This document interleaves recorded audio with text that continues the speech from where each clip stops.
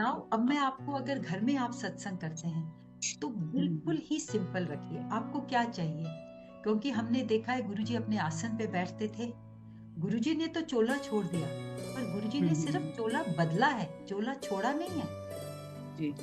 अब वो हमें अब नजर नहीं आते, बट वो गुरुजी हैं, उसी आसन पे बैठे हैं। तो जो भी एक सिंपल सी चेयर आप गुरुजी के लिए लगाइए।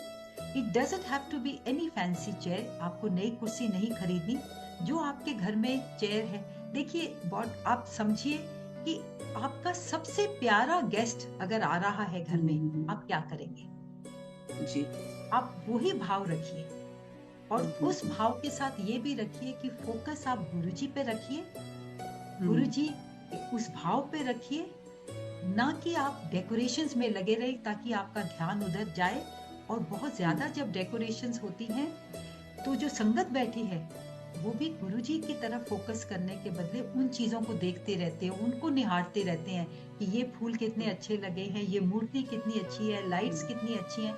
उन्हीं को संगत देखती रहती है। तो गुरुजी से फोकस हट जाता है। So you just need any one nice chair in your house. जो मेरा भाव है, क्योंकि हम लोग और दूसरे लोग भी उस पर बैठते हैं, तो क्योंकि हमारे सच्चे परमात्मा आ रहे हैं, तो उसके ऊपर आप कोई नया कपड़ा डाल दीजिए। कोई जरूरी नहीं है आपको नए सूट खरीदने की। ये भी प्रथा है कि and you know this is जी। An evolution.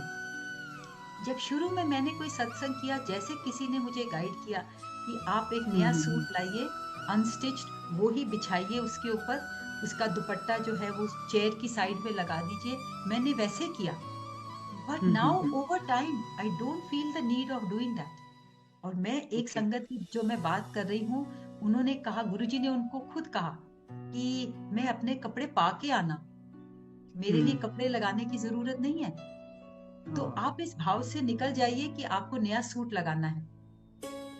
मेरे विचार से, क्योंकि अगर जो वो घर का सिंगल सोफा है या कोई भी कुर्सी है, क्योंकि हम उस पे बैठ चुके हैं, दूसरी संगत उस गेस्ट हमारे आके बैठते हैं, तो आप इसके ऊपर एक कोई नया सुच्चा कपड़ा लगाइए, क्लीन। ट्रू, चाहे वो ट्रू। कपड़ा आपका, तो उस पे आपने बाद में सूट का कपड़ा रखना है, बट ये ध्यान रखिए कि कपड़ा साफ हो और चुभने वाला ना हो। बहुत बार मैं देखती हूँ कि इतने जरी के काम होते हैं, उसमें इतना बीड वर्क हुआ होता है।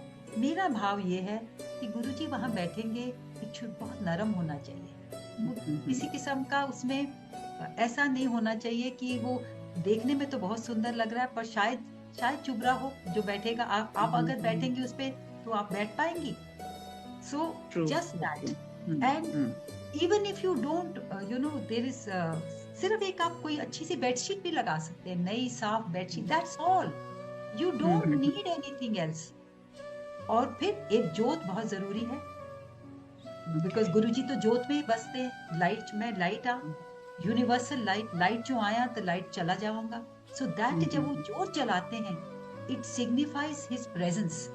गुरुजी तो वैसे भी प्रेजेंट है, बट एक फोकस के लिए एक सिंबॉलिक है कि ये गुरुजी जो जोत में है, गुरुजी, जी। That is Guruji.